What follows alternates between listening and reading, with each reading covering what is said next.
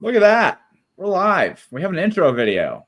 We can thank both Cookies and Tribe for putting that together, because now I get to talk about the intro video instead of complaining that I don't have one.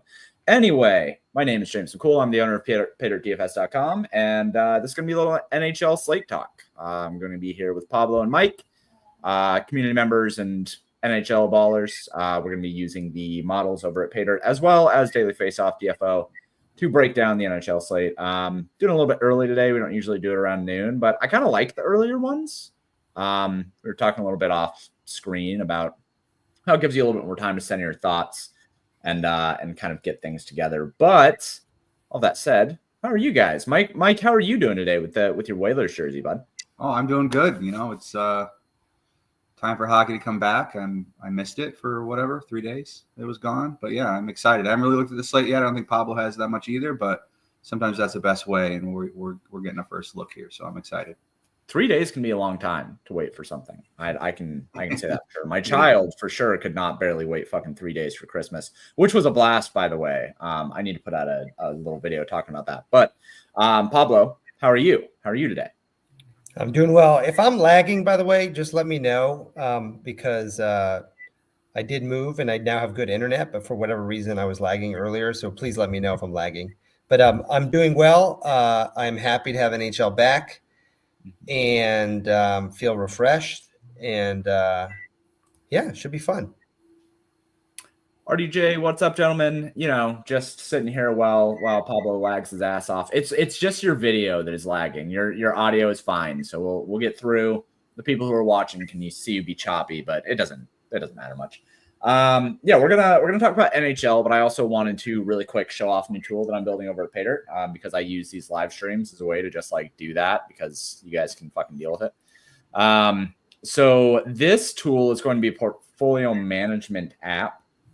And it's a little bit different than the stuff that I have been building over the last 2 years.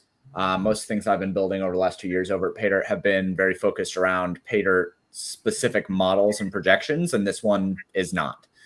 This one is an upload tool. So you'll be able to upload a portfolio of lineups and a projection source, and then do some things with your portfolio. It's not quite done yet, but I wanted to show off a little bit. So what you can do is you'll just go in and you'll say, here is my testing portfolio.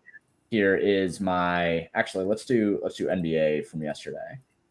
So you come in and you say, here's my portfolio, and here's just lineups that I built. Here is my projection source. And then if there are names that are not matching, it'll give you options and say, hey, here's the best match. Right? So Jaren Jackson and then Jabari Smith. So now all those taken care of. Then we go over here and we can kind of see like the entirety of what we're dealing with. So for this, I have not actually used this on my site yet, but what you'll end up seeing is things like this, where we're using classic, the contest size is 25,000, field strength. You can choose a whole bunch of different things here. It'll tell you specific things about your portfolio, and you can parse things down. It'll tell you the projected dupes for every lineup and the finishing percentile. And I think that that's the most important and cool thing here is when we think about playing lineups that have a chance to win, right? Like we talk about that all the time at Paydirt.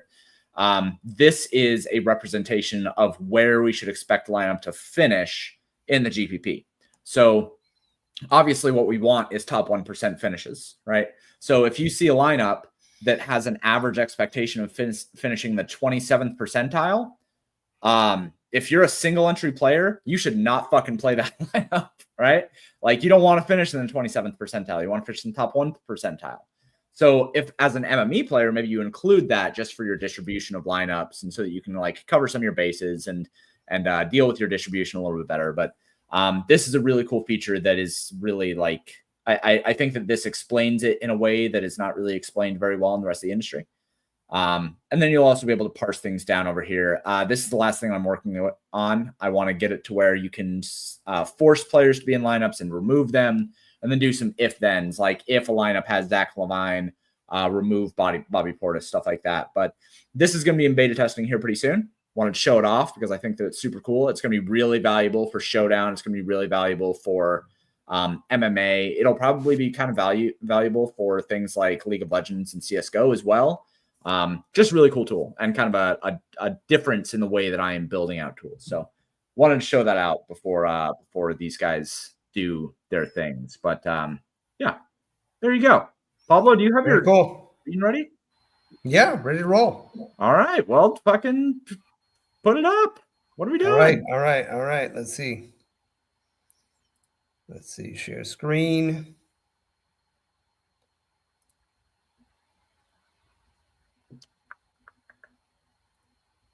Oh, wrong screen. There we go. All right. Wait, so really quick. Jump in the bets at Paydirt. Absolutely. I'll do a little promotional thing at the end of this, but if you have not gone over to the Odd Shopper Tails Marketplace to go join the Paydirt group, do that. With 10% ROI so far to start, thousands of dollars won in NBA. You should do that. Anyway, continue. Sorry. So something I've started doing since you rolled this out a few weeks ago is I've started actually looking at the Sims on first pass to think about build structure. Mm-hmm. And so here you can see the results. I ran this for small field sharp, given that's what I play. It might be a little bit different for larger field. And you can see how often a certain stack size is winning a GPP. It looks like a 4-man today is looking pretty good. The average projection we can sort by 5-man looks great, but it's only winning about a lot less frequently than the 4-man and actually almost everything else. And then you can look at the average GPP projection. So what this is telling me is that we are looking to stack and correlate across probably a 4-man stack would be preferential. I know that Sheets and others, including myself, have done a lot of onslaught builds. I don't think it's unreasonable if you can find an onslaught you like a lot, given this projection and this average GPP projection. But just be aware that you're putting all of your eggs in one basket when you do that, which is usually the case when you do an onslaught build. James, do you have any thoughts on how you are interpreting the stack type statistics from the Sims? Yeah, so the really important point here is, and this is what I said to a subscriber who was in the Discord, 4-man stacks win the most, right? But 5-man stacks have the highest upside. So what you should do is you should understand what that means for the kind of contests that you are entering. If you're entering a really large field, if you're entering a flagship, you want upside, right? Like you want as much correlation and upside as possible. So in that case, you should be playing the stacks that have the highest GPP projection and the highest overall average fantasy. In single entry and smaller contests, you likely want the kind of stack that wins the most. You're not as worried about full-on upside, right? Like those 3 points extra that you get in 5-man stacks don't matter in a 100-man contest. They matter in a 10,000-man contest. So that's the way that I look at it. And I also think that kind of speaks to like the average fantasy of 1-man stacks. I mean, it's only a count of one, but that being 133, like that would be an instance where if you're playing like a 10-man multiplier or something like that, like you don't even care if it's a full-on lottery lineup. It's shown that it does win once out of 1,000 sims or whatever. 3-man stacks has a lower average fantasy than 1-man's. Like you might go with that, but that's the way that I interpret it. The count there tells you kind of the floor of the stack, and the average GPP projection tells you the ceiling of the stack. Cool. So yeah, I think that's instructive and useful. And to your point, we should be typically trying to build for the field size and the entry limits that you're playing towards. With that being said, let's dive into the slate. The way Mike and I have been doing this is starting by looking at the game team totals, looking at those teams in terms of the game environment, but also the market share percentages, and then going to the range of outcomes and the correlation on those teams to figure out what the priority pay-ups, mid-range, and value lines are. So I'm going to start here with Vegas against San Jose. Vegas has the highest team total. It actually looks like a decent game pace, and they have a very strong HDSF Plus, which combines high danger chances with shots for. Clearly a very good matchup, good game pace, good team total. So checking a lot of boxes there in terms of the macro environment. When we now go to the market share percentage and we look at Vegas themselves, and maybe it looks like some of the one of these lines here is not populating all the way, so maybe things are moving around a little bit for Vegas 3. I'm going to pull up Daily Faceoff as well. But the point here is that if we look at the last 14 games, it's predominantly going in terms of high danger chances strongly to Vegas 2. And shots is a little bit more split up between Vegas 1 and Vegas 2. And then in terms of goals, Vegas 2 again looks very strong. That's an interesting finding, given what will probably be, I'm guessing, based off these names and pricing that doesn't look exorbitant for a 19.2 line 1. A much chalkier, I'm guessing, Vegas line 1 than a Vegas line 2. But this tells you that at least in terms of the opportunities, Vegas 2 has been getting plenty of opportunities, even more so than Vegas 1 over the last 14 and even over a greater sample. Let's take a look at correlation on Vegas. And what we can see here is Vegas 1 is very nicely correlated. It's easy to think about building a 4-man where you have Olofsson, who's still really, really cheap, alongside Stone and Eichel. And you can even throw Shea Theodore in there for a power play 1 line, or Tomas Hertl if you want to play the power play line as an onslaught, or subbing in for Theodore with Hertl as well. Line 2, we just talked about, is getting a lot of opportunity, will probably be a lot less owned. You get Kolesar, who's really cheap at 2,500, basically a punt, alongside Carlson and Hertl. Obviously not quite as correlated. And now if we go to range of outcomes and we sort and to look at Vegas here, we can see that there might be something going on with the sheets here, because Vegas 2, their 2x, 3x, and 4x is looking like zeros. So I think there's probably some sort of a data error there. I'll do a rerun right now for the question. Sure. But either way, the median and the ceiling, just descriptively looking at them, we'll wait for the rerun. Neither one of them looks like outrageous value. I guess what I would say is that I like Vegas 1's correlation. I think in small field, I'd be probably more tempted to go Vegas 1 because of that correlation. And but I think it's worth noting the recent opportunities that Vegas 2 has had, and considering either working Hertl in as part of your Vegas 1, or even considering like a 2-man with him and Kolesar if you need a cheap 2,500 man guy. But Mike, what are your thoughts on Vegas 1 versus Vegas 2? Yeah, I mean, Vegas is in probably the best spot of the night, all things considered. We don't have Matthews, we don't have Kaprizov. So I mean, Eichel looks really tasty at 8,600, top of the board. Your number 1 center there. Vegas 2 looks nice too, but you've got Carlson and Hertl. They're both centers, so that's kind of annoying.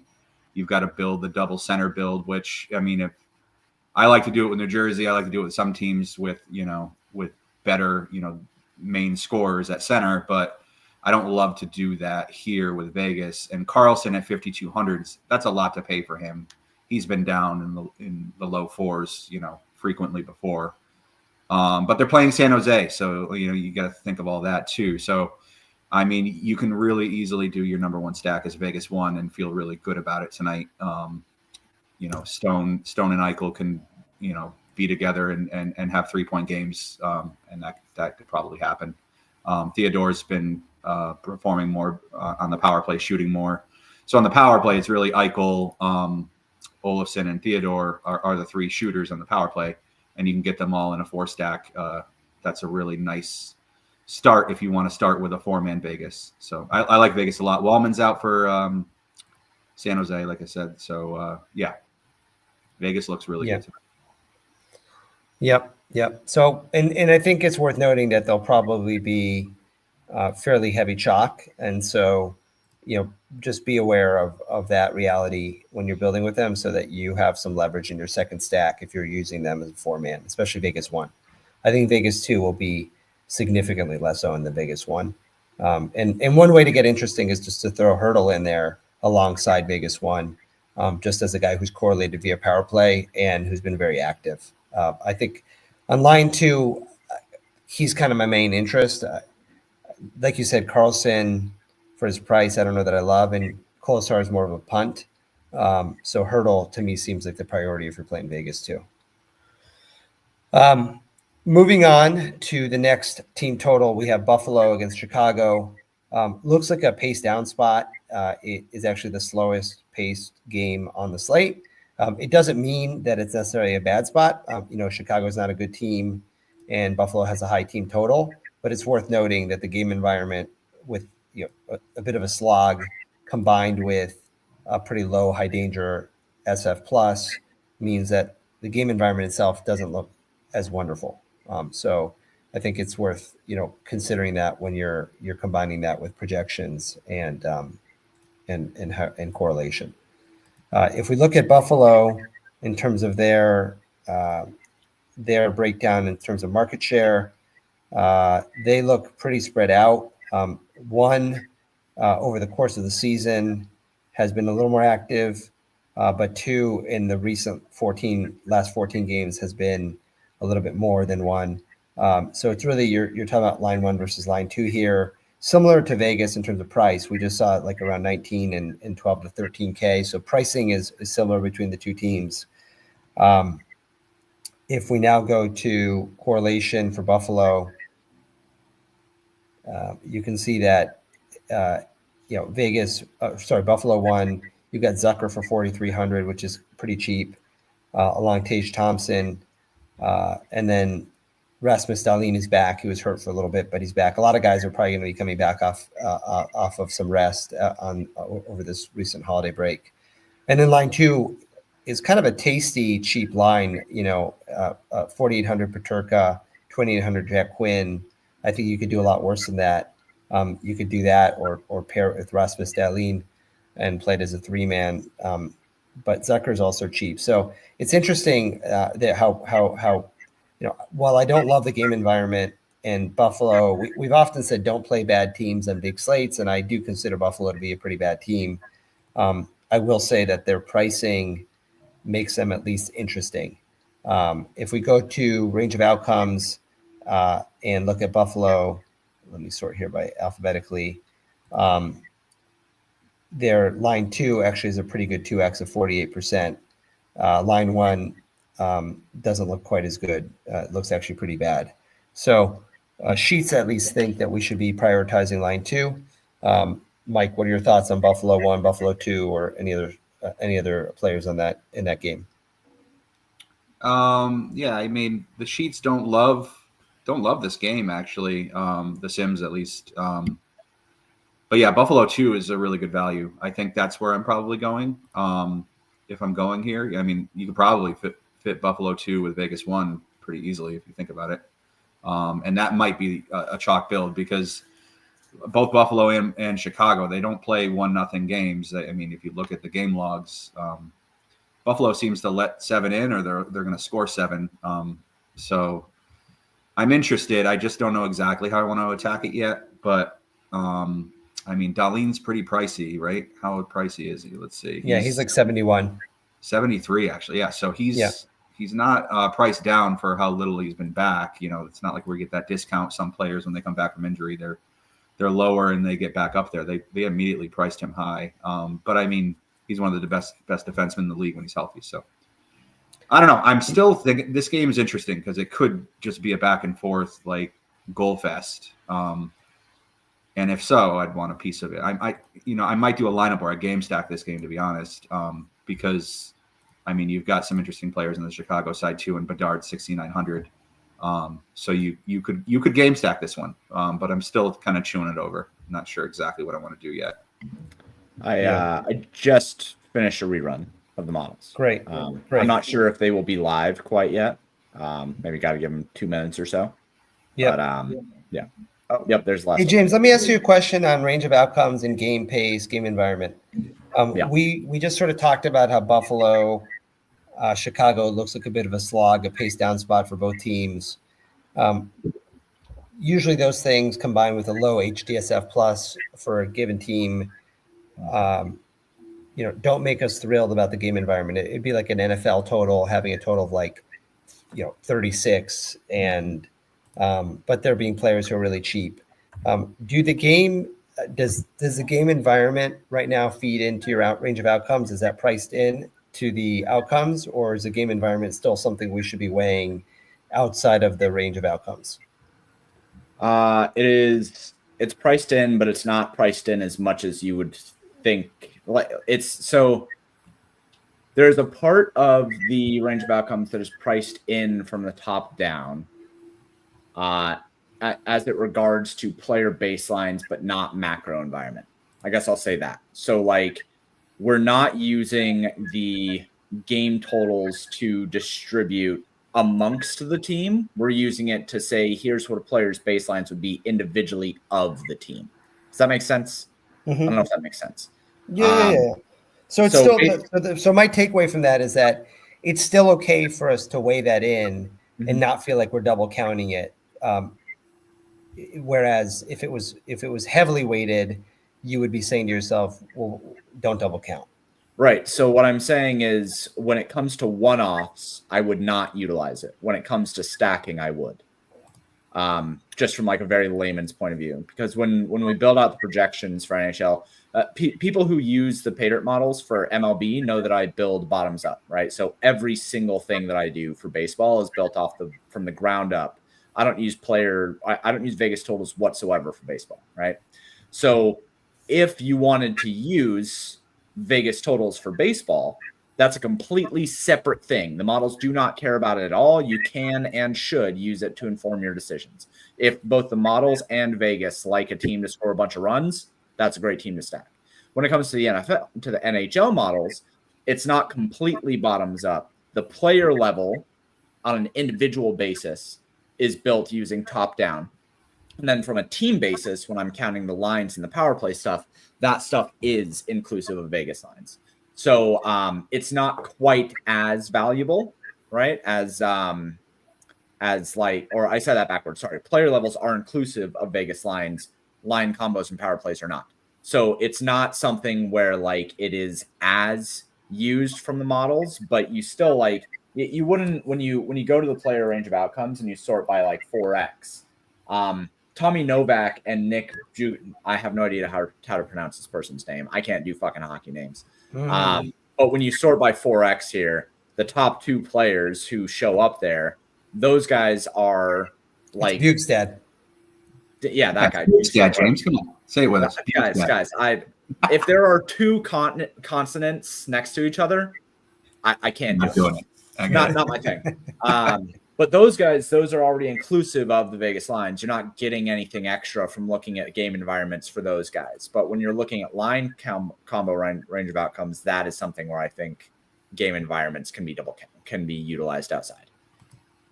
Okay. Yep. Cool. So, yeah, and then to circle back on Buffalo, I mean, one interesting thing, and I've told this to people before, I always focus on 2x, 3x, 4x, but the cheaper a line is, the more I'm focused on relative value, because you do want median and ceiling from your value, but what you're really looking for is for them to pay off on a point per dollar basis so that you have money to spend up on your pay-ups. And and that's true for like every sport, and it's true for like our pay downs at SP2 in baseball also. Like that's why I say, okay, the SP2 is a $6,300 cheap guy. Yeah, you want some upside, but really you're getting him because you hope that he'll 2x, 3x, and then you can pay up for the guys you really want to sort of nuke. What's interesting about Buffalo 2 here is that if we sort by median and we kind of keep an eye on the price here, and then also at the 2x, they are the only team that has a 2x that is kind of in this range. It's a 48% 2x. There's a few others, but those others are more expensive, or they don't have the 2x. So like you have Chicago 1, that's 14-1 more expensive, and then we have San Jose 1, 17-2, that's a pay up, and then we have New Jersey 2, that's a pay up, and then you have Nashville 1, that's a pay up. So what this is telling me is of the value lines that are not punts but sort of mid-range value, Buffalo 2 looks really strong. And when we look at the player level and we go back to Buffalo here and we sort, let's just go to Buffalo. It's going to probably show us. I haven't looked at this yet, but I'm guessing it's because Jack Quinn and Paterka are both pretty cheap. And sure enough, Jack Quinn's 2x is, astronomical, as is his 3x. So anyway, that's just like a note on how I often will look at value. And you can see here that Quinn's 2x is, top, whatever, it's like top 10. He's the number 4 value. So anyway, long story short, I think Buffalo 2 is an interesting value play. Mike, to your point, paying attention to ownership, I wouldn't be unsurprised if Buffalo 2 ends up really chalky. So we do need to be cognizant. If you're paying up for Vegas 1 and pairing it with Buffalo 2, you may be running into a very chalky team. So just be careful about that. If we keep moving here, we'll go to Dallas now. Decent total, same as Buffalo's. Game environment looks really nice. It's the highest paced spot on the slate. They have a really nice HDSF, so they should get a lot of high danger chances and shots if the recent past continues. If we look at Dallas themselves and look at how they're distributed here, we have in the last 14 games a pretty even distribution between 1, 2, and 3. That's actually one of the things that makes Dallas sort of hard to play, and that's also reflected in the projected goals, and that you have 1 and 2 with a decent projected goals. Both, if you round those, they both round to 1. Over the course of a larger sample, you can also see here 1, 2, and 3 have all been pretty darn close with each other. This isn't like one where you see 40% across the board for one line. So you have some decisions to make, and that's frequently been the case with Dallas, where you're kind of trying to figure out, are you playing 1, 2, or 3? If we go to correlation, and then we'll look at projections themselves as well. One, you have Rupe Hintz and Robertson alongside Heiskanen on power play 1. This is a lot cheaper than Hintz and Robertson have been in the past. Like in the past, these guys have been mid to upper 6s and even 7. And Robertson's been up in like the 7 to 8 range when he's really been hot in prior years. So these guys have been priced down because they haven't really had explosive performances in the recent past. Interestingly, now you have Wyatt Johnson and Jamie Benn. They haven't been paired together for that long. Jamie Benn's still really cheap at 3,900, and they're both on the first power play as well. And then you have line 2 with Duchesne and Marchment, and now they have Dadonov on there because I guess Sagan is out. It looks like usually it's Sagan, Duchesne, Marchment, but I guess Dadonov now for 3Ks with them. So Dallas is interesting because it's a nice game environment. If I had to venture a guess, they'll probably be significantly less owned than Vegas and probably even than Buffalo because it doesn't jump out quite as much in terms of matchup. And the other thing that will scare folks off of Dallas a little bit is just that, it's a bit of it's a difficult decision to make in terms of which line you're playing. Let's look at range of outcomes, and then Mike, I'm curious to get your thoughts on, how do you feel about these Dallas lines? How do you choose when you have 3 different lines that all look viable and have similar projections? And sure enough, the sheets are kind of saying the same thing here. If you look at the 2X, they're all around that 35-40% range. They all have a fairly close median ceiling relative to their price. So it's a tough one with Dallas 1, 2, and 3. I don't know that I have a great way of deciding. I'd be lying if I told you that I don't kind of like Ben Wyatt Johnson. I think Ben is always active. They're both on first power play. Wyatt Johnson is a really good player, and you can even throw Dodonov in there. Although, you know what? That's interesting. I think I had just said Dodonov was on with Duchesne and Marchment, so that might be something to keep an eye on in terms of lines. But what are your thoughts, Mike, on Dallas and how you would approach them? Yeah, they're a tough one because they've got 3 lines in play, right? Like you were saying.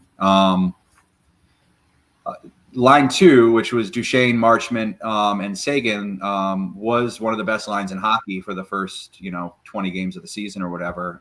Seguin's injured, so now they're trying to figure out the third guy in that line. I think it was Dodonov for a while. Now it's Blackwell. They're just trying to figure out their balance of their 3 lines because they had it when Seguin was there. They had their line that was doing everything. Last year, if you were to play the Stars, you would play Hintz, Robertson, and I think Wyatt Johnson was up there, or even Dodonov was up there, and they were just nuking every slate, or not every slate, but they were doing really well. They're not doing that this year, but they're talented players. They're going to find it, and they're way underpriced for their ceiling. I think I like the power play 2 with Harley on it. He's back. He's healthy again.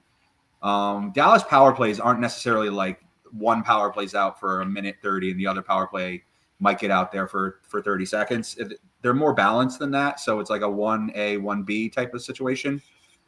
Definitely the Hintz Robertson power plays is favored and probably the first off the boards, but the second power play's got, Duchesne, Marchment, Stankoven, Dodonov, and Harley.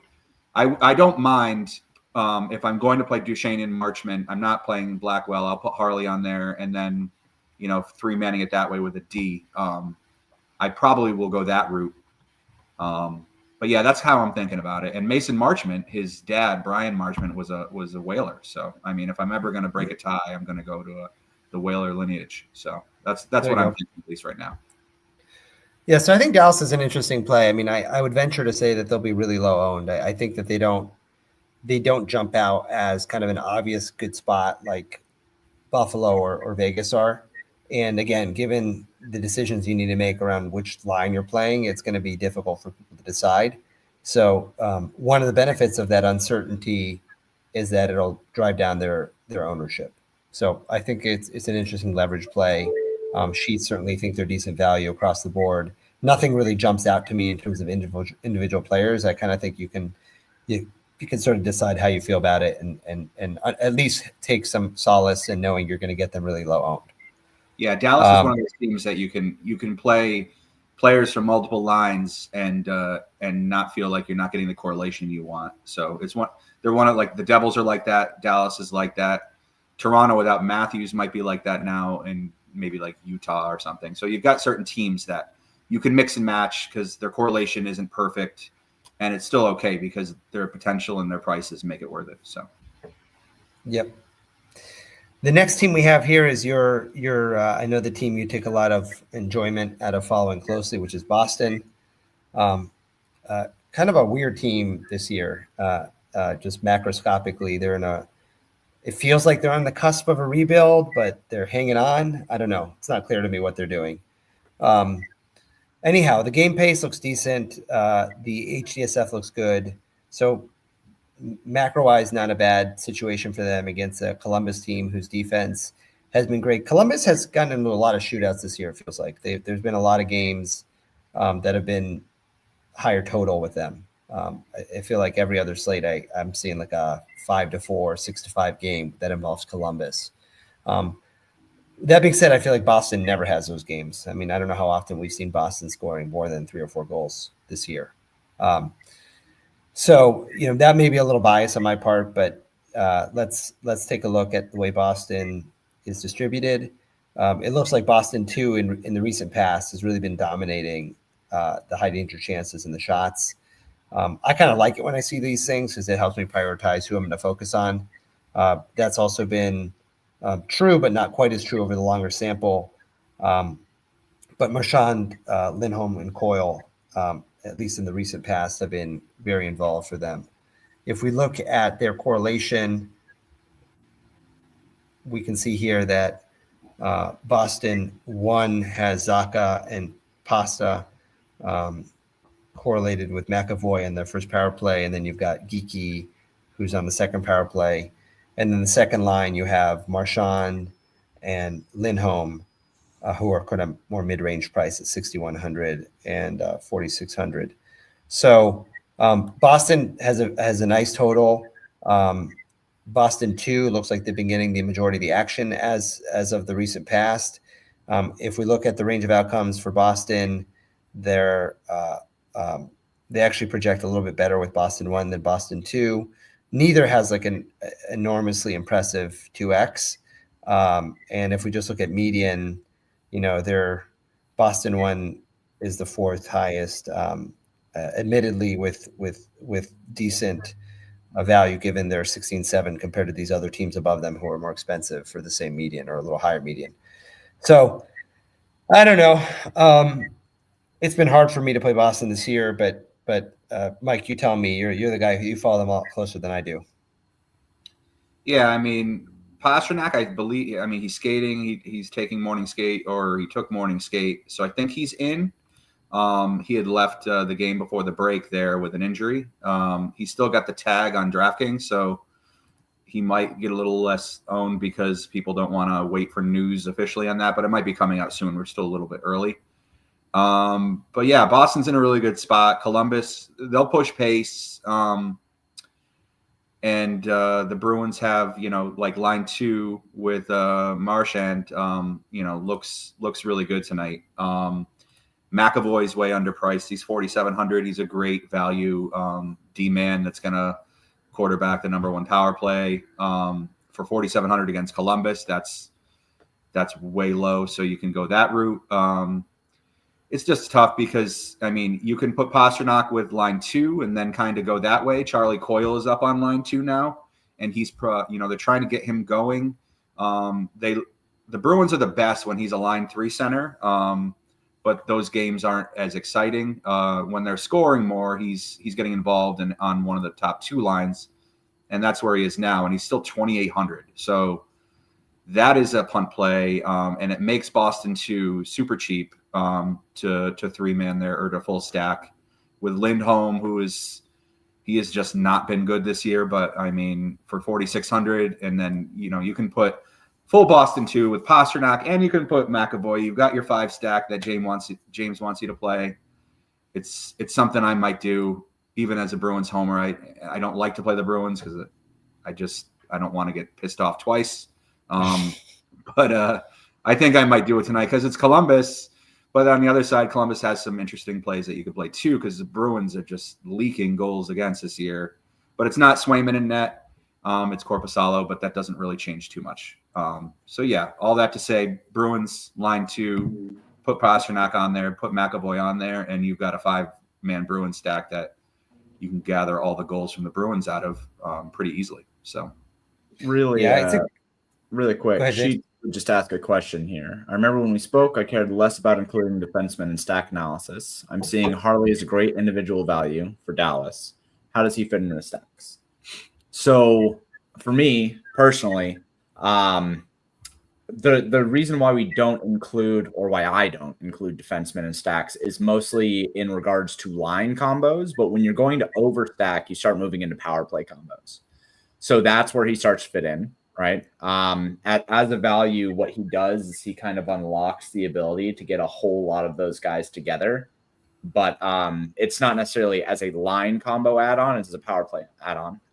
If he's not involved in the power plays, I'm kind of less inclined to get there. But if he's showing up in the sims, then I probably would consider him more as he could be included, but you're not thinking about it in terms of the line combo correlations or anything. You're just saying he's a good value that plays on a team that is expected to do very well in GBPs tonight. So I would look at him more as a one-off or kind of like a non-correlative stacking piece, if that makes any sense. Pablo, I don't know if you have thoughts on situations like that. Yeah, I mean, I tend to correlate my D-men through power play because that's where they're going to get the majority of their opportunities to score and participate in events that generate fantasy points. This is more contextual and I don't know how actionable it is, but I do think there are certain D-men and this was kind of what I was alluding to in my own Discord channel yesterday about correlative properties between players. But Mike may have more. He's more of a hockey watcher even than I am. But I do feel like there are certain D-men who are more involved in a team's scoring than other D-men. Like there's D-men who are more shot blockers and take some shots, and then there's D-men who actually participate in goals. That's hard to define without contextual knowledge of actually watching the games. I think the easiest way to think about it is just to think about it, are they on the power play or not? Because those are going to be the highest value minutes. But you also have to keep in mind that a team may only have a couple power plays. So you're talking about, a total of like 3 to 4 minutes of that time together. So I tend to weigh it more on the power play, but there are certain D-men who I feel like are more involved in scoring than other D-men. And I wish I had a better way of defining that besides just kind of knowing who those guys are. But I don't know. What do you think, Mike? Yeah, I think you're saying it pretty much right. Like if your D-man is got power play exposure, I would be more likely to stack them with one of the lines that he's on for the power play, right? So like for tonight, Harley, he's going to be power play 2. If he scores a goal and gets an assist, he's more likely to bring somebody along with him than a player like Brett Pesce on the Devils, who's 2,900. So I guess you could think of it as like if they're less than 3,500, at least in my brain, like there's less of a need, I think, to stack that your second D-man with a line. You're more in the punt range. So you want to play Connor Clifton for min price on the Buffalo Sabres. I don't think you need to figure out who to stack him with, right? You play him, hope he gets the blocks bonus and 3 shots, right? But like you're saying, Pablo, if there's scoring upside, there's points to be accumulated with those scoring opportunities. And that's where you start deciding, am I going to stack him? So for Harley specifically, I mean, he's not the worst one-off. He's $3,800. But you can also argue that he gets. Why not just play McAvoy for? Yeah, he's not expensive. He's not a pay up like Miro Heiskanen. And he's 4,700 and on the first power play with Pasta or but I wouldn't one off McAvoy, right? Because like if he's he's probably part of a Bruins scoring 5 goals tonight. He gets in on 3 of them. There's other players that aren't like astronomically priced that are going to be getting 3-point games as well. So I wouldn't one off McAvoy tonight, but you could. I mean, it's not the worst thing, but I wouldn't do it. All right. If we move now off of Boston to Toronto, our favorite team to hate, they have a decent team total. Game pace is probably the second slowest behind Buffalo, Chicago, and their HDSF is not excellent. I don't know what the hell has been going on with Austin Matthews. Mike, what's been going on with Austin Matthews? Because I've seen all sorts of tweets about, Toronto and Austin Matthews have reached a agreement on how they're approaching his injury. Like, what's happening with him? What's the background on Matthews right now? I'm not exactly sure. I know he's injured, and there's a nagging injury going on with him. Okay. Toronto is, famous for playing well in the regular season and then sucking in the playoffs. So there could be a little bit of load management going on here with him. I'm not entirely sure. They're playing Detroit. Well, he's out either way, right? So yeah, he's out. He's out. But I don't think long term it's going to be a big issue. But yeah, he's out tonight, and he's one less thing you have to worry about. So I'm down for that. It makes Toronto easier to kind of figure out. Yeah. So if we look at their market share breakdown here, it looks like you're mostly deciding between line 1 and line 2 in terms of goals. Similarly, in the recent past, they've had very similar opportunities, as well as over a greater sample, though, I think Nylander is a guy that always has kind of upside that the rest of those guys don't, aside from Matthews. I'm not sure anything else really sticks out on line 1 versus line 2 there. If we look at their, let's look at their correlation first, and then we'll go to the range of outcomes. So it looks like you've got Marner, Tavares, almost the same price. And they've got Morgan Riley for $5K on the first power play. And then you've got Nylander, Nyes for 8,300, 4,700. Worth noting again, Nylander has kind of the upside that not that many other players have on this slate, like including Pasta or Eichel. So it looks like you're deciding between those two lines if you're playing Toronto. And then if we go to the range of outcomes here and take a look at Toronto, the sheets think neither Toronto 1 nor Toronto 2 look great. Toronto 3 actually looks like decent value for what it's worth. I don't know if there's a whole lot else to say about Toronto. It's interesting, without Matthew. I mean, sometimes in hockey, just like in other sports, especially NBA, you get like a nice opportunity bump because of injury. So having Matthews out, there may be an opportunity bump for someone like Pacioretty. I played Pacioretty in spells this year. He's had his kind of ceiling games when things go right for him.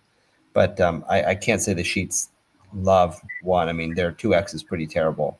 Let's just take a look at their player range of outcomes and then get your thoughts on Toronto. But if we look at their individual player range of outcomes, Max Domi looks like very strong value. Nicholas Robertson too. That's why that line 3 is popping. And then other than that, I guess McMahon looks okay, but the pay-ups don't look that great. I mean, Nylander looks okay, but if we sort by median, just to like say, okay, am I paying up for Nylander again versus like McKinnon, Pasternak? Those guys have a slightly higher median. McKinnon is obviously the one whose ceiling and median stick out here pretty significantly. But I will say, you've got Nylander up there, and he's not. I mean, he's basically got nearly the same score as Pasternak, and he's got a better median sheets think than Eichel. So, Toronto with Nylander could be a contrarian pay up spot because I highly doubt they'll be very owned against Detroit, and you do kind of get Nylander with that ceiling at probably lower ownership than you're going to get McKinnon or Pasta or Eichel. Yeah.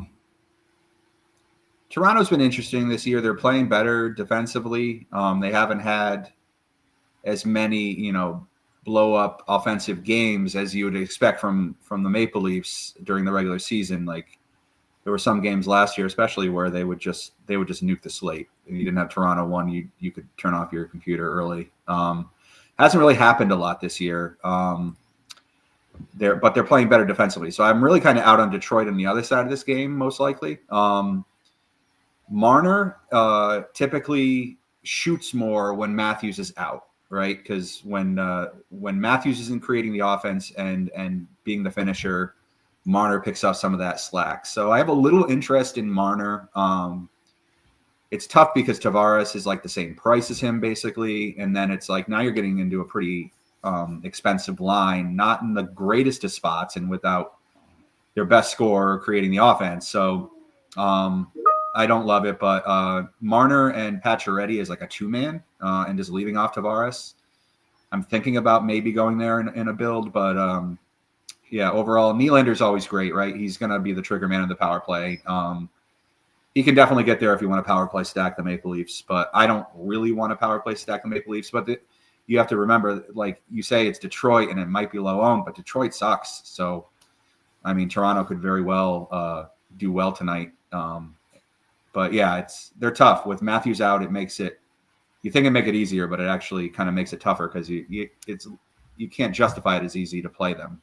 Yeah, I wish Nyes did stuff because Nyes at his price with Nylander and Riley, and you've got a nice 3-man on the first power play. The problem with Nyes is that like he's frequently like a nothing. 4,700 is a lot for him too, and that's a lot for nothing. Like for nothing, you want to get like somebody in the mid 3s at least, right? Yeah, exactly. If not a punt. So yeah, I guess I'd be inclined to play like a Nylander, Riley 2-man maybe, or maybe think about doing a contrarian Tavares Marner. But Toronto's a little difficult. I kind of want to like them because I think they're not going to be very owned, but and if I'm going to play them, I sort of want Nylander's ceiling, but I don't know that I'm going to be able to justify it when I have other like pay ups in really good spots that are more easily correlated with their lines mates. I think that's kind of the issue for me, is that like the lines mates that you have for Marchand or for Eichel in just as good a spot, makes me sort of I'm not sure I can get to Nylander for those reasons. It's kind of like not his fault. It's the fault of his lines mates, and I can't play a bunch of guys around him like I can with Eichel or I can with Boston that we've looked at so far.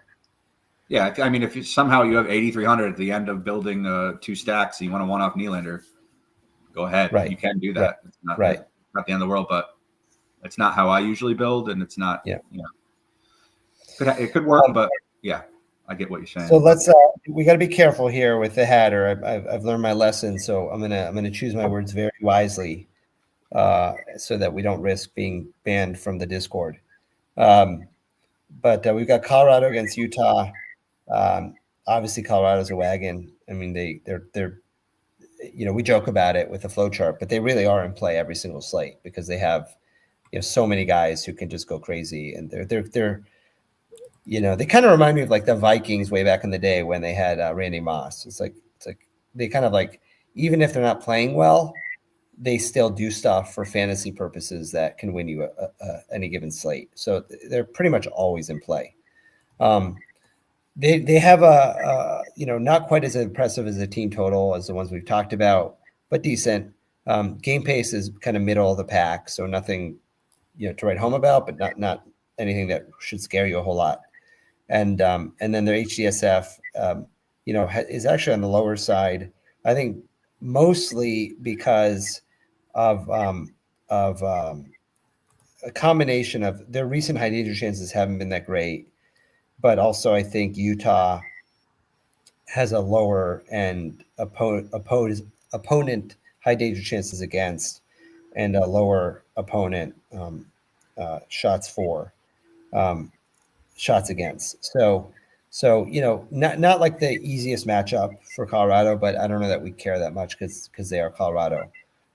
If we look at the way they're broken down in terms of their shots and their high danger chances, we've got Colorado 1 and 2, and this is kind of what I was talking about before. Like you can see Colorado 1 like pretty significantly dominates their shots and high danger chances in the recent past. Over the greater sample, it's actually a mix of Colorado 1 and Colorado 2.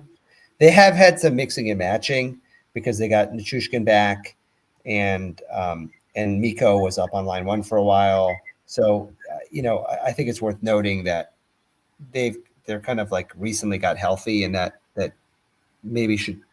I don't know that I would overweigh these numbers. I think at least you should say to yourself at line 1 and line 2 are both in play. And you can see that both lines have a decent projected goal. If we go to correlation for Colorado, they have McKinnon and Nichushkin alongside Makar, Rantanen, and Colton on the power play. Nichushkin still feels too cheap to me at 5,500. McKinnon is probably appropriately priced at 10.3. I mean, he has been regularly putting up 20 to 30 point DK points. So I don't think it's, I think it's probably appropriate. Maybe he's a tad pricey, but not, I don't think 10.3 is unfair for him given what he's been doing. It's worth noting, obviously, that like it's pretty much impossible to play McKinnon, Rantanen, and Makar together. So at most you're playing 2 of those guys. Nichushkin is still too cheap in my opinion for 5,500, especially alongside McKinnon. If we go to range of outcomes here for, well, first of all, you can see McKinnon looks like very chalky player, but also has the best median and best ceiling on the slate. And if we go to the line range of outcomes, you've got Colorado as the second best median, pretty much tied with Nashville 1, very owned, and Colorado 2 is got a good median ceiling, but because they are also fairly pricey, neither team has a great 2x. So I think I kind of feel about Colorado the way I feel about Colorado every slate, which is if you like the value enough, if you can find like a good punt 2-man with a cheap D-man, like a Buffalo 2 that we already talked about, and it allows you to fit a Colorado 1, I don't have a problem with it because you're getting that meeting in your ceiling that really can win you the slate. What's difficult about it is that you're like, just because of the price of McKinnon, and if you want to try to fit in Makar or Miko, you really have to get value. And so it hinges significantly on how much you like the value. Maybe that's not the right way to think about it, but that's kind of how I think about it, because the question becomes, are you better off going to like a slightly cheaper first line, like playing, if we're playing Vegas 1, they're 19-2 instead of 21-5 in a really good spot. But then you don't have to punt quite as much with your second line. So, it's kind of like the same concept. People are sick of hearing it, but oftentimes people will say, like, what do you think of this 1v1? I'm like, it's not a 1v1 because the players are priced so differently that it kind of depends on what the price savings allow you to get in the rest of your lineup. That being said, Mike, what do you think about Colorado 1?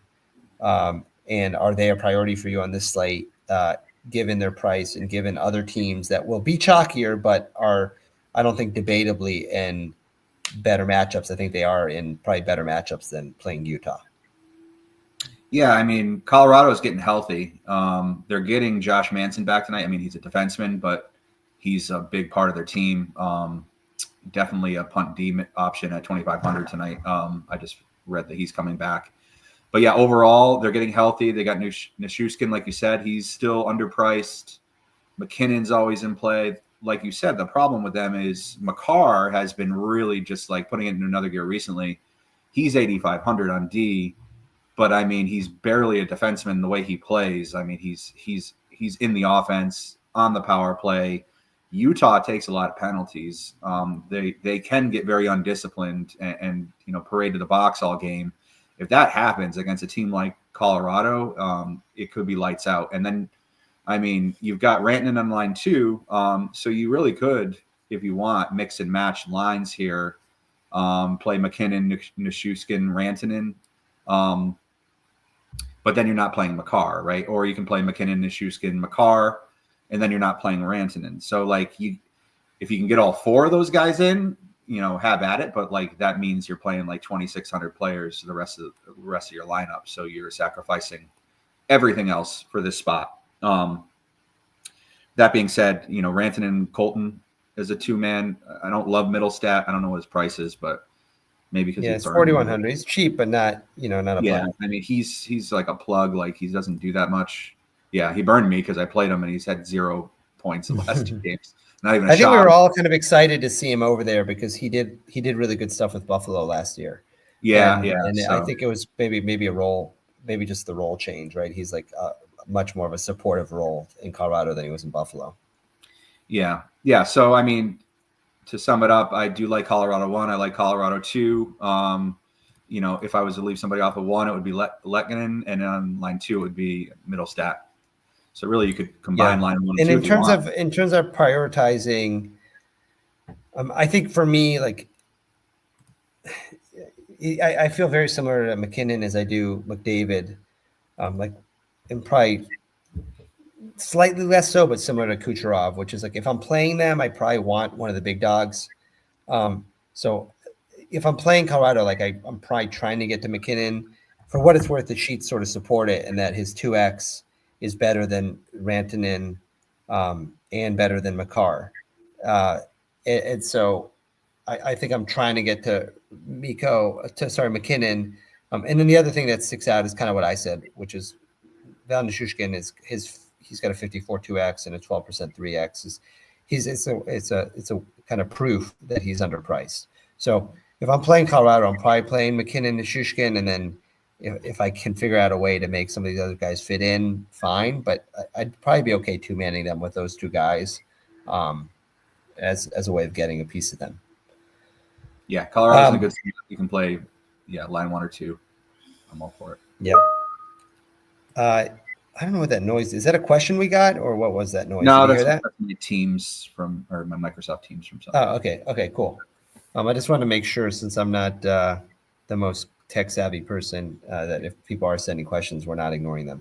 I am also occasionally checking the Discord. So if people are watching, feel free to post a question in the Discord as well, that we can get to.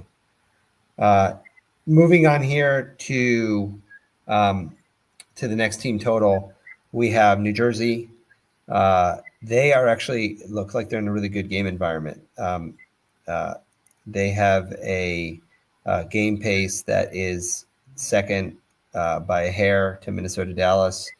They have a good team total, and they have an HDSF plus of 81.6, which is fairly strong. So sort of surprising because I don't consider Carolina to be a bad defensive team. If we go look at New Jersey in terms of how their market share has been broken up, you can see here that New Jersey 2 with Palat, Bratt, and Hughes, at least in the recent past, have been pretty strong, but pretty much the same projected goals between line and 1-2, and a bigger sample. Nason, Meyer, and Hischier have been plenty strong. So I think you're focused on line 1 and 2. There have been moments this year where you've played like they're cheapies, like Martinook. They've got a couple guys that are pretty cheap. Or maybe I'm thinking of Carolina, actually, who they're playing against. My bad. I was thinking about Carolina. So you're looking at line 1 and line 2. If we look at their correlation, we've got Hischier and Nason, and with Dougie Hamilton, and then you get Hughes and Bratt. Yeah, I mean, my reaction to this is just that I know that the game environment sheets don't necessarily support it because they make this look juicier than what I think it is, which maybe means it's sneaky, because usually what I think is kind of what the square player thinks. But these prices are kind of pricey for a matchup that I don't love at a lower team total. So I don't know that I could convince myself to play New Jersey on this slate when we have other teams at like slightly better prices in better matchups. But let's before you chime in on New Jersey, Mike, let's see what the sheets think. I mean, the sheets really like New Jersey too. You can see that they've got a 54% 2x of all the pay-ups. If we sort this by salary, you can see they stick out here alongside Nashville 1 as kind of like the best 2x. So sheets definitely think they're an interesting contrarian pay up, because for sure, for all the reasons I just mentioned, other teams in good spots, the feeling that Carolina is not a great defensive matchup, and price, I don't think Palat, Bratt, or Hughes will be very owned. So maybe that makes them a really nice contrarian pay up spot. I don't know that I'll get there in my little small field stuff, but I can't begrudge anybody who does, given how low owned I think they will be. But Mike, convince me that the sheets are right and that we should be taking New Jersey 2 more seriously than I am. Yeah, I think we should.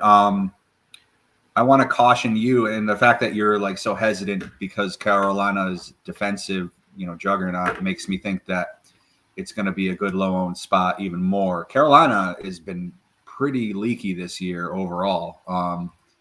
I mean, they only have, they let up 5 to Nashville right before the break. They've let up, 4 to the Islanders, 4 to Seattle, 6 to Florida, 5 to the Blue Jackets, 4 to the Stars. So, I mean, just going to the game logs, you can see, they're losing games and the other team scoring 6-7 goals sometimes. New Jersey is starting to really click. And I know I saw on Twitter earlier, X, whatever we're calling it, their coach is like, I just hope that we can get back to that and that the break came at a bad time for them, because their 2 lines, and lines 1 and 2 are clicking great. So I really like New Jersey. I have trouble with line 1 just because if I'm going to play Jack Hughes, you almost have to play Bratt, at least in my mind, because they're just so connected to each other with the scoring. I think they called each other peanut butter and jelly a couple of weeks ago. So I mean, they're just like in my head, like, all right, if I'm playing New Jersey 1, I got to play both those guys. So if I'm playing both. By the way, those that guys, is like the most like Canadian white hockey player analogy I've ever heard in my life. White bread, peanut butter and jelly. Yeah. NFL duo would never. Anyway, keep No, going. they'd give me fun of a little bit. Jellies. Like if it weren't hockey, I would make fun of them, but they're allowed because they're hockey players and they play with broken noses. Yeah, so playing line 1 is tough, right? Because you've got to spend a lot of your salary. So that's why line 2, and then the sheets. So it depends on what site you're on, but Daily Faceoff has the Heischer line as line 1. I think the sheets has it as line 2, correct? Heischer, yeah. Okay. And Daily Faceoff has them as line 1, yeah, and then sheets have Hughes Bratt line 2. Yeah. Nosen has been good this year. He's getting his opportunity on the power play too. Heischer is well priced. I got to look at Meyer's price again, but let's see, Meyer is 6,600, so he's accurately priced. New Jersey line 2. New Jersey is very sneaky here, and yeah, I like him. And to your point on Carolina's, and this is why it's good to kind of like admit the bias that you're coming at something with, because if you have a bias, the field probably has at least some component of the field probably has that bias.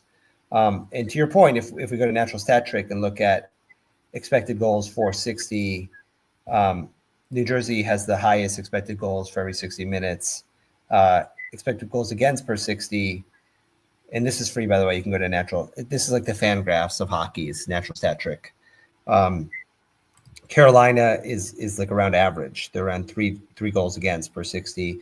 From a high danger chance standpoint, also New Jersey's at the very top, and Carolina from a high danger chance against is actually a little worse than average. So yeah, like at best, I think we could say that Carolina is an average defensive team.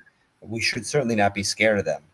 And New Jersey has been a very, very, very strong, if not one of the strongest teams in the league offensively this year. So, yeah, I think to your point, it makes New Jersey a very sneaky spot. And, maybe the type of team you get in low digit percentage ownership as compared to a very chalky Vegas and probably like in a more obvious pay up spot like Colorado, just because you want McKinnon. So, that makes New Jersey a really nice GPP target with Hughes and Bratt, or if you want to use Heischer and Nason. To your point, Nason is 4,600, which isn't as cheap as you'd like for a guy who's not like a superpower, but he's had like a number of really good productive games. If you look at his game log over the last 4 or 5 games, he's had multiple games over 10 to 15. So yeah, I think we both agree. I mean, it makes them a kind of a sneaky spot. I don't know about Dougie Hamilton for 6,500. I mean, for that much money in my D-man, I kind of want a defender who's like really been very active, and he just hasn't been producing a whole lot to justify that price. Yeah, I'm with you. I mean, if you're going to power play stack, if you're going to go Hughes, Heischer, then you start thinking Hamilton because you're already spending a good amount of your salary. And you can do that with New Jersey. You can double center it. But, yeah, I don't think I'm getting to Hamilton. I mean, he rates out fine tonight, but it's 6,500 for D. I don't think I'm doing it with him. It's a little too pricey. But, I mean, he could have 3-point game for sure, but I'm not going there either. Cool. All right, Nashville's what we got next. We already know the sheets always love Nashville. To be fair, they got St. Louis tonight. And to be fair, they've also started to regress, and Tribe and others have pointed out before that regression. Sheets actually said it best recently. He said, when regression hits, it's violent, which is a way of saying that regression often, typically actually comes in an extreme form. It doesn't you don't slowly regress. And people have felt that Nashville is due to start exploding, and they've shown some signs of life right before the break. Their game pace isn't great. But their high danger chances and shots for matchup is pretty good because they're facing a St. Louis team that isn't very good. If we go and look at the way that they are broken down in terms of their production, we've got Nashville 1, that's kind of your main focus with Stammers, Marchessault, Forsberg. Nyquist is always too cheap, and then you got Ryan O'Reilly, who's on the first power play with them, as far as I remember. But it looks like the first line is probably your target. That being said, James, when he was on at the beginning, pointed out that Novak actually has like one of the best 2Xs, if not the best, on the slate. Novak Evangelista have been really good in terms of a value line that we've all played at least a few times this year. If we now go and look at their correlation, you've got Forsberg, Marchessault, Stamkos, Josie's back. Before that, we were playing Brady Shea on the first power play for nothing, but Josie's back. I don't think you're playing Josie's first game back at 7,900, but you can if you want. Ryan O'Reilly's with them, or if not, you're going down to probably play a punt, Evangelista Novak line. I don't know that there's like really a whole lot of reason to play, Nyquist, Zach LaRue together. And if we go and look at the range of outcomes here, we already know from what we looked at that Nashville 1 looks very strong. They're the top of the sheets here, the best 2X, the best 3X. I don't know that I buy that they're going to be chalky. I really don't know that I buy that. Maybe Marchessault will be because he's still underpriced, and maybe that ownership is being driven by him. But I would venture to say that Vegas will be a lot more owned than Nashville, and maybe even Colorado 1 because people want to play McKinnon and Nichushkin's too cheap. So it looks like you're probably focused on line 1. I do happen to like line 3 as well, and if we sort by 2X, 3X, is Nashville 3 on here? I guess not. It's probably just because they like Novak and not his partners. So what do you think, Mike, on Nashville 1 versus the rest of the lines, and are they a priority for you against the Blues? I mean, I'm a little bit interested just because, the sheets really like them. The Sims really like them. I think the Sims like Colorado and Nashville like the most by far tonight. So at least I'm a little interested, but yeah, I don't know. I like Yossi is back. Yossi is one of the best defensemen in the league when he's healthy, and he can totally nuke a slate. He's one of those kind of D-men like Werenski and Makar and Yossi tonight that are justified at their price. But yeah, I mean, I'm just having trouble figuring out where I'd want to go with Nashville, and I don't think I'm going to get there because line 1's just expensive enough with Forsberg at 7,400, Marchessault at 5,800, Stamkos is playing center. I mean, he's only 5,700, but now you got Yossi back, and he's really the straw that stirs the drink on the power play, and he's 7,900 as well. So where are you fitting a 3 or 4 man with the value that you need from their top line? You can go to a punt line if you really want to punt Evangelista and Novak. You can do that, but you're not getting your value with your star with the top line or the second line. I wouldn't really go to. So yeah, Nashville's in a weird spot because they look like they're a good play tonight, but it's like, how do you play them? And I'm not finding a way to play them with a second stack I like. So yeah, I'm out of them now. I think I might just, if I'm playing them, I might just 2-man Evangelista Novak because they both have really, really strong 2X and 3X. They're just, and you get a piece of them. Man, I want to play Marchessault and Stamkos, but like, if you're doing that, you're probably building towards a more balanced build, and then you're not paying up for your Colorado 1 or your Vegas 1 with Eichel or Nylander if you can figure out a way to fit him. So yeah, I'm with you. They're kind of in a tricky price range with Stamkos, Marchessault, and then Forsberg is just really expensive at 7,400. So maybe it's the coward's way out, but I'd be more inclined to kind of just get their Novak Evangelista piece as 2 really good value plays that allow me to kind of get my other pay up spots. All right. If we move on to Carolina here, and then what we'll do is we'll kind of run through the bottom half of these a little faster. I got to jump at 3. So yep. So we've got Carolina next. We already talked about their game pace being really good. They don't have a great HDSF plus. If we look at their market share percentage. Carolina's, we all know I've moaned and whined about how spread out they are, but it is backed up for what it's worth by the data. You can see like all their stuff is pretty spread out. I mean, line 3, for what it's worth, has with Martinook, who I mentioned before, they've actually gotten a lot of their high danger chances, and they're really cheap. But it's a real mix. This is always the issue with Carolina 1, 2, and 3, is that you've got like a mishmash of who you're trying to figure out how to play them. So to me, they're never really going to be a strong priority unless they're priced in a way that makes them really attractive. Ghost is 4,800 as a D-man on Power Play 1. That makes them at least interesting. None of these other prices really stick out to me. I don't know. Is there any reason I'm glossing them over them too much? They just, given how spread out they are, I have a hard time playing them. Yeah, I mean, Natchez has kind of, been the player that I like to play on Carolina, but he's got Kotaniemi next to him at center, and I mean, if he was min price, yeah, maybe, but like 3,400 is a lot to pay for a guy that I don't really like playing. And then Svechnikov has not really taken off. So yeah, it's a lot like Nashville for me. It's like, who are you playing? I don't really want to go to Carolina 3. And Carolina is one of those teams that can score 4 goals, and they could be 4 different lines. And you get like 8 points total. Yeah. So I'm just like, this isn't the slate to get cute and play Carolina in my eyes. And if they burn me, they burn me. But they're playing New Jersey. They're a solid team. They're on the road. No thanks for me. I don't even like any value D, or I'm not seeing anything I love in Carolina from top to bottom. So as much as I'm wearing a Whaler jersey and that's the team that they came from, I'm not playing them. All right. Well, like I said, we'll go through these fast. Utah, Detroit, St. Louis. None of these game environments stick out as being particularly strong.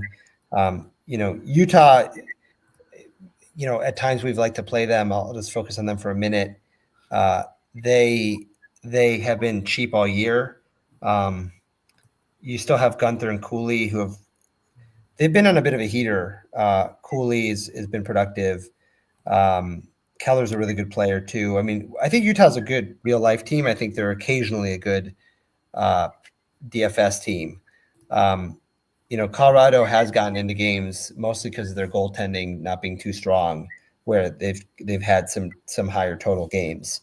So I don't think their price makes them a little more difficult. Cooley used to be like in the low 4s or upper 3s. Now he's up to 4,800. Gunther is still pretty cheap at 59. So that at least makes me consider them. But I don't know that they're a huge priority. If we look at just the way they produced, they are pretty spread out between line 1 and line 2. Nothing really stands out here between line 1, line 2 in terms of how I prioritize them. Their price is similar as well. So I don't know. Are you attracted to line 1, line 2? I know you kind of like Utah as well in general. Yeah, I like Utah. I mean, the coach benched Cooley in like one of the third periods of a game recently because of a bad play. So he's got young players. He's still trying to figure it out. There's talent on Utah. They're playing Colorado though. So Gunther's like he's the shooter on the power play. He's really talented and the scorer. But Keller can also just take over a game. But I'm having trouble getting to them. I guess if you really want to, you can go to line 3 with like Bukestad, Michelli, like 2-man or something. Yeah. Like the sheets think that instead of playing, like if you're playing a 2-man cheap third line, the sheets really like Bug, Michelli just as much as they like Novak Evangelista, right? Yeah. So I mean, if you want to, I mean, you're going to get single digit, fraction digit ownership there, but you can do it. I mean, Michelli last year, he was shooting more than this year. He's not really doing that much this year, but I mean, he's 2,500 and Bukestad is a solid, 2-way center and he's 29. But these guys are punts for a reason, right? Just be aware that their floor is literally like 2 points. Yeah, exactly. So yep, that's it. Yep. Detroit, St. Louis, Columbus, Detroit has what looks like the best high danger chances in shots matchup, but in a pace down spot. Columbus, we talked about liking Boston and Columbus getting into shootout games. I don't know that I can convince myself to really have any major interest in St. Louis, but let's look at their at their teams real quick in terms of correlation and how they're set up. Detroit has players that have been priced up. Kane is still pretty cheap at 4,600. He's had some really nice games. The rest of these guys don't really jump out in terms of pricing. Just to combine them, we talked about Columbus as well. Columbus has, Werenski's all the way up to 8,100. Marchenko is at 56. He's had some really nice games. Voronkov has been going off like fairly regularly, and he's still only 4,200. So that really sticks out to me in terms of price. And so you can do a Marchenko, Voronkov, and combine it with Monahan if you want as a 3-man. I don't think you're playing Werenski for 8,100. I just maybe I'm wrong, but that's extremely pricey for a D-man. And you could game stack it. I think you mentioned that earlier. I don't know. Do you have either for Columbus or for Detroit any major interest in any of these guys? Not really. Detroit against Toronto. Toronto's been solid defensively.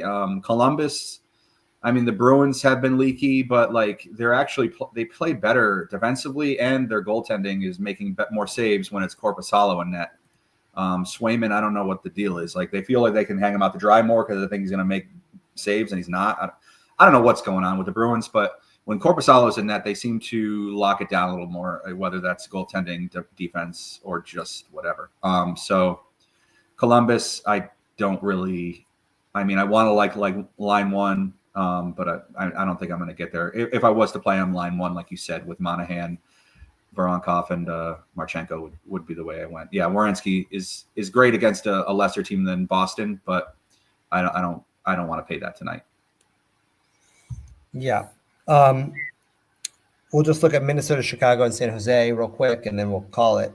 Minnesota has a really low total. I know they're missing Kaprizov tonight.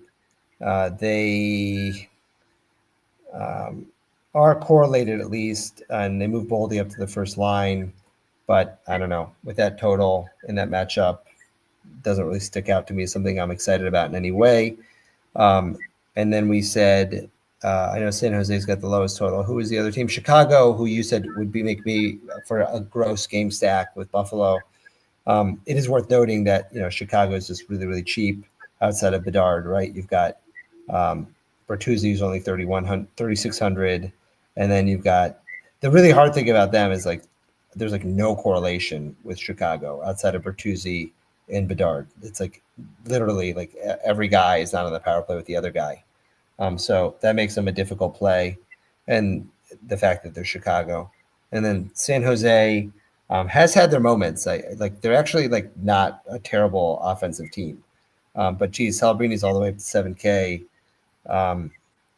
Granlund and Wenberg, or rather Toffoli, are a little more reasonable. Toffoli is only 4,400, which makes him at least interesting as a pretty cheap play who often produces from a fantasy standpoint.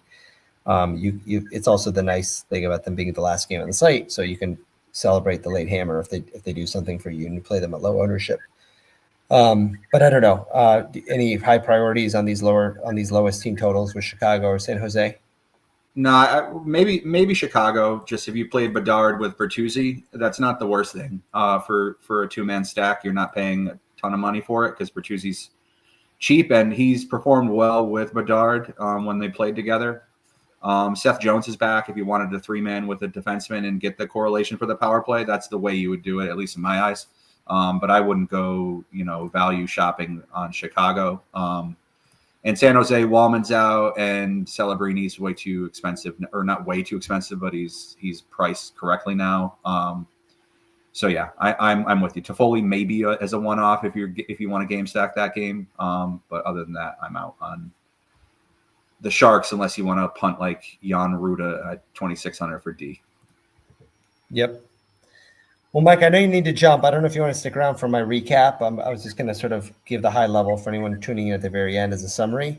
If you got to jump, that's all good. But if not, I'll jump. But yeah, it was fun talking with you, and good luck, everybody. Cool. Thanks, Mike. Yeah.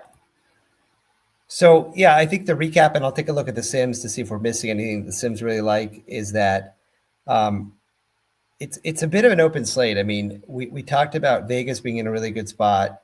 You can focus on Vegas 1.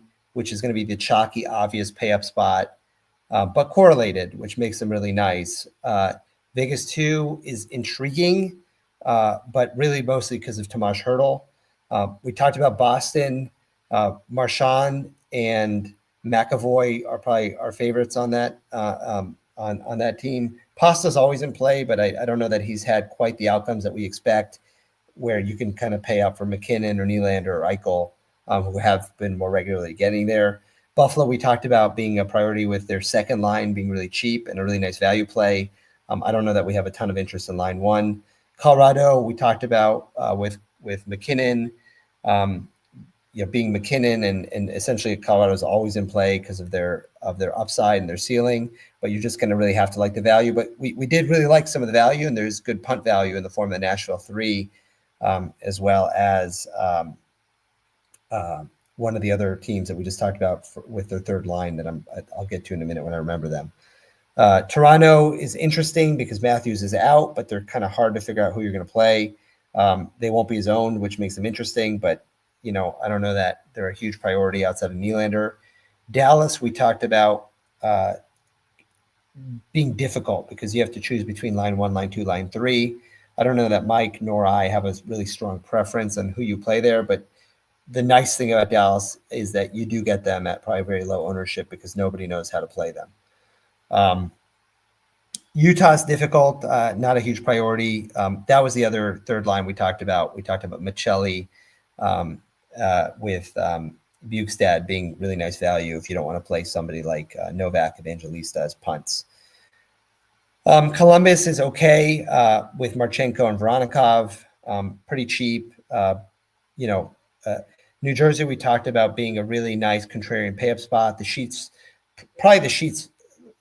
sort of most loved play, I would say, based on our review today, is New Jersey with Hughes, because they're not going to be quite as owned. Carolina is maybe overestimated in terms of their defensive prowess, and New Jersey projects really well with Hughes and his lines mates. So it's something that's definitely worth considering in GPPs because you're going to get them at such low ownership. Nashville, 1 looks really, really strong. You just sort of have to trust that they're going to get there at some point with Stamkos, Forsberg, and Marchessault. But again, because of their pricing, you're playing them instead of other teams that have been getting there more regularly and are also in really good game environments. And then other than that, none of these other lower teams stuck out a ton to us. If we look at the Sims, and I'm just going to rerun this real quick just to make sure that it is updated for more recent projections. Let me refresh here. Let's just double check to see if there's anything that the Sims are really loving that we maybe missed. Should be here in a second. I think it's running. We're running one more time. We have, here we go.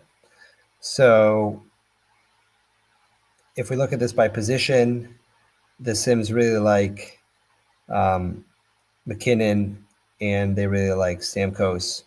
They really like Nashville in general. They say if you're not playing Stamkos, you should at least consider Ryan O'Reilly or Tommy Novak as a punt. But really what sticks out here is McKinnon and Stamkos being priority plays, which I don't think is a surprise given kind of how low Nashville 1 will be relative to those other pay-ups. And then I don't think McKinnon will be super duper chalky, but he'll be more chalky. But the Sims think he's a priority pay up.